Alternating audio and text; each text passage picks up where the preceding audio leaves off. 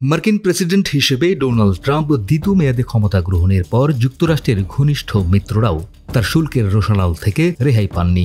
Trump প্রশাসনের অতিরিক্ত শুল্ক আরোপ, বাণিজ্যিক হুমকি এবং একতরফা নীতি প্রয়োগের ফলে চাপে পড়েছে বিশ্বের বেশিরভাগ দেশ। ট্রাম্পের এক পদক্ষেপেই বদলে যেতে চলেছে পৃথিবীর ভূ রাজনীতির সব হিসেব নিকেশ। এর প্রতিক্রিয়া এতটাই ব্যাপক যে চীন এবং ভারত সব ভুলে এক হয়ে যেতে পারে, আর তাদের সঙ্গে আছে ভ্লাদিমির পুতিনের রাশিয়া।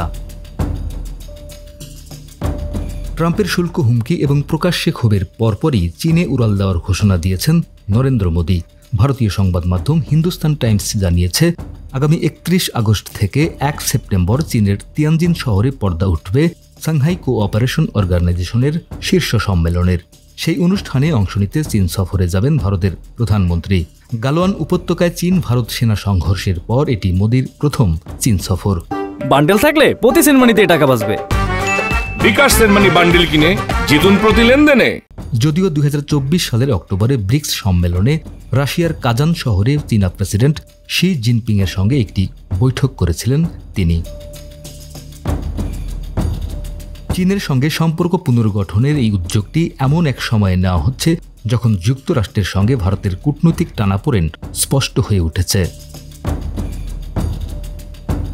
বিশ্লেষকরা বলছেন, রাশিয়া চীন ভারতের ঘনিষ্ঠতা কেবল অর্থনৈতিক জোট নয়, এটি এক ধরনের ভূ রাজনৈতিক বার্তা।